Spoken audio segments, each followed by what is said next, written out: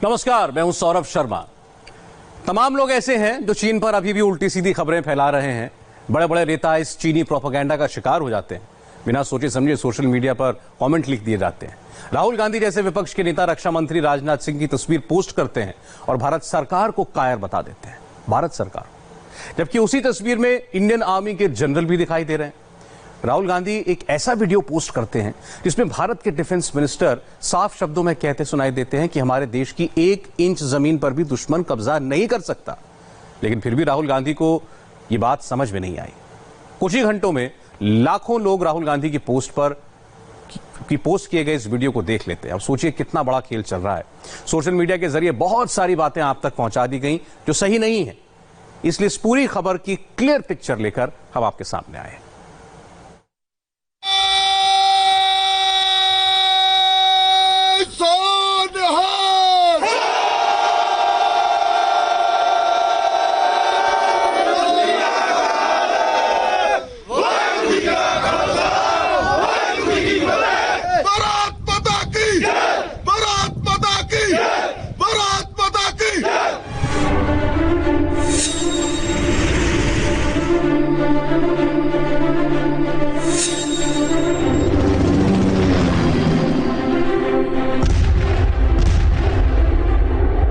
अगर लद्दाख में चीन जंग शुरू करता तो इसमें उसका ही घाटा होता,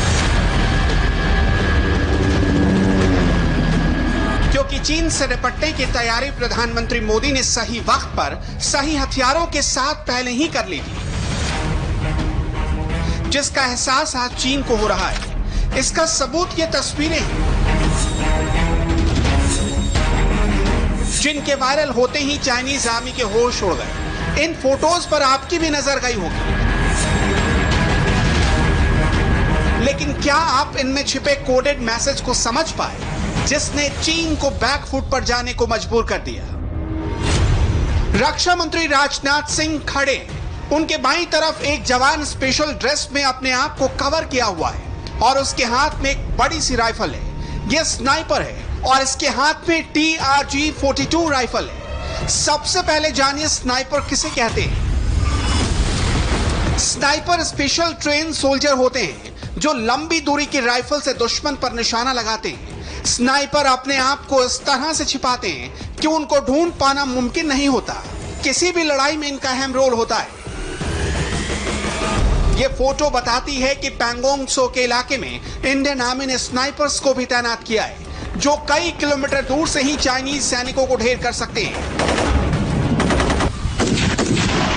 अब स्नाइपर्स के स्पेशल बंदूक के बारे में जानिए। इंडियन आर्मी के इस जांबाज के हाथों में TRG-42 स्नाइपर राइफल है। भारत ने 2019 में नई 6000 एडवांस स्नाइपर राइफल का सौदा किया था। साको TRG-42 स्नाइपर राइफल 1.5 किलोमीटर तक सटीक निशाना लगा सकती है और इसका वजन करीब 5 किलोग्राम तक होता है। इसकी लंबाई 1020 mm की होती है। अफगानिस्तान और इराक के युद्ध में इस राइफल का खूब इस्तेमाल हुआ था। आज यही राइफल चीन को एक भी कदम आगे बढ़ाने से डरा रही है। जांबाजों के इस अटूट पराक्रम को पूरा देश देख रहा है, गर्व कर रहा है। लेकिन इन सब के बीच राहुल गांधी के दिमाग में क्या चल रहा है वो भी जानिए। राहुल ट्वीट करते हैं कि चीन ने हमारी जमीन ले ली है और भारतीय सरकार चैंबरलेन की तरह बर्ताव कर रही है। इससे चीन को और आगे बढ़ने की हिम्मत मिलेगी। इसके बाद वो लिखते हैं, भारतीय सरकार की कायरता की वजह से इंडिया को बहुत बड़ी कीमत चुकानी पड़ेगी। राहुल गांधी के शब्दों का सिलेक्शन देखिए। उन्होंने ना प्रधानमंत्री मोदी का नाम लिया, ना राजनाथ सिंह का, बल्कि उन्होंने सीधे भारतीय सरकार को ही कायर घोषित कर दिया। सरकार और किसी पार्टी में बहुत फर्क होता है। राहुल ने जो वीडियो शेयर किया वो उस वक्त का है जब रक्षा मंत्री भारतीय जांबाजों से मिलने, उनका हौसला बढ़ाने LAC के करीब गए थे। ऐसे में राहुल के ये शब्द जब उन जवानों के पास पहुंचेंगे तो उनको कैसा लगेगा? अब रक्षा मंत्री के सामने खड़े स्पेशल फोर्स के पैरा कमांडो की तस्वीर देखिए और साथ में इनकी जांबाजी को भी। कैसे हंसते हुए, हाथ हिलाते हुए ये पैरा कमांडो हजारों फीट की ऊंचाई से जंप कर रहे हैं। ये आत्मविश्वास दशकों की मेहनत और पैरा कमांडो की गौरवान्वित परंपरा है।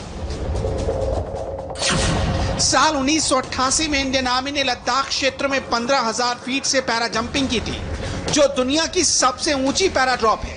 तब भारत के पास हाई एल्टीट्यूड पैराशूट भी नहीं हुआ करते थे, लेकिन इसके बावजूद भारतीय वीर योद्धाओं ने दुनिया को दिखाया था, जरूरत पड़ने पर नामुमकिन को मुमकिन में बनाना उनको बखूबी आता है।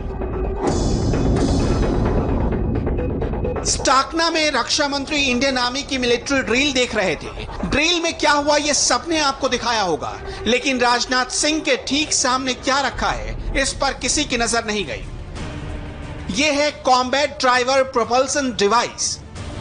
अब ये तस्वीर देखिए, ब्लैक डाइवर ड्रेस में कमांडो खड़ा है। इस फोटो का और कॉम्बैट डाइवर डिवाइस का कनेक्शन समझिए। एलएसी में भारत और चीन के बीच में पैंगोंग लेक है, जो 134 किलोमीटर लंबी है, जिसका आधे से ज्यादा हिस्सा एलएसी के उस पार है।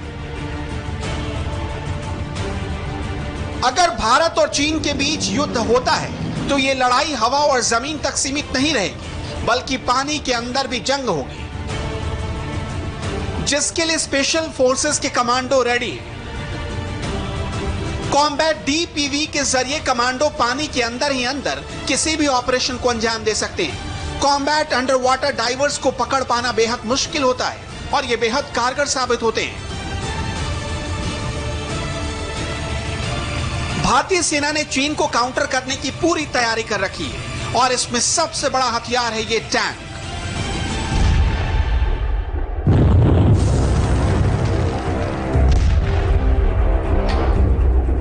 T-90 टैंक के सामने रक्षा मंत्री खड़े हैं और उनके साथ टैंक रेजिमेंट के ऑफिसर्स भी हैं। इनमें एक ऑफिसर का नाम जोरावर है। ये वो नाम है जिसने 1948 में पाकिस्तान को राजौरी से भागने पर मजबूर कर दिया था। जोरावर सिंह आजाद भारत के सबसे पहले टैंक कमांडर थे और आज यही नाम एक बार फिर भारत की रक्षा के लिए टैंक के साथ एलएसी पर तैनात है। हजारों फीट की ऊंचाई पर पहाड़ों पर टैंक्स को पहुंचाना और उनको मेंटेन रखना सबसे बड़ी चुनौती होती है। साल 1990 में आगरा से 30 T-72 टैंक को लेह पहुंचाया गया, लेकिन कुछ वक्त के बाद टैंक को वापस भेज दिया गया, क्योंकि वहां पर तापमान माइनस के नीचे तक पहुंच जाता है और डीजल तक जम जाता है।